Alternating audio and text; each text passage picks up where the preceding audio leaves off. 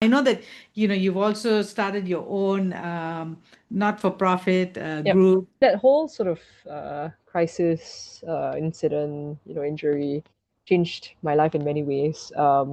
I actually tried to make a comeback to sort of professional, like, playing golf. And then at some point I decided that it was not going to happen, right? Like I lost too many years. I don't have full function of my body, so no way I could have competed. So Um, when was that you figured that you needed to deviate from your original path?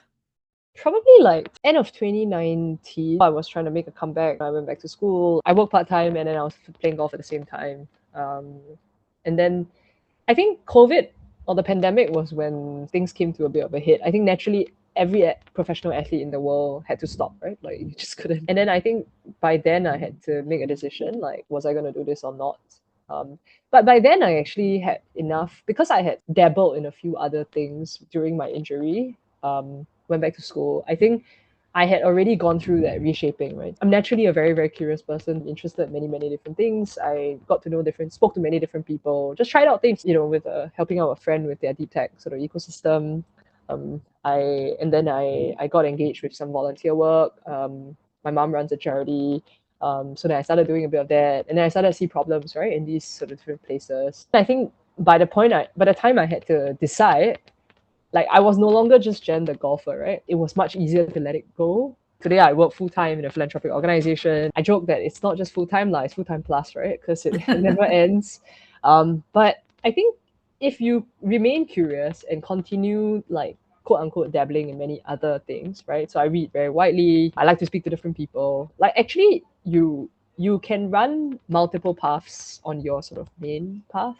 Yes. Um, and that's what I think helps you transition in the long run. So then I volunteered for Majority Trust in 2020 while I was running my little ground up. So we basically pulled together some friends and amazing co-founders to basically try and expose kids who come from lower income backgrounds to opportunities that didn't exist, Mm. whether it's through art, music, sports.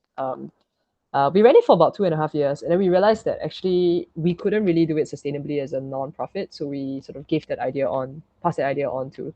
So I think that that's also a bit of a lesson there too, right? Because I think on my point about having multiple things that you're doing, it's Yeah. also not being afraid to like give it up or let it go.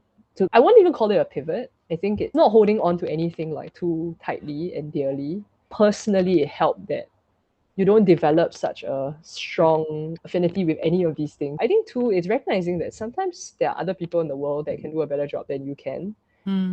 And so actually, if you want to optimize for the outcome, you might not be the right person to do it. That's a very enlightened view, right? Because most of us, when we get engaged in a project, especially an entrepreneurial project, it becomes our baby and our thing, right? So to detach from it is really It's difficult. really hard.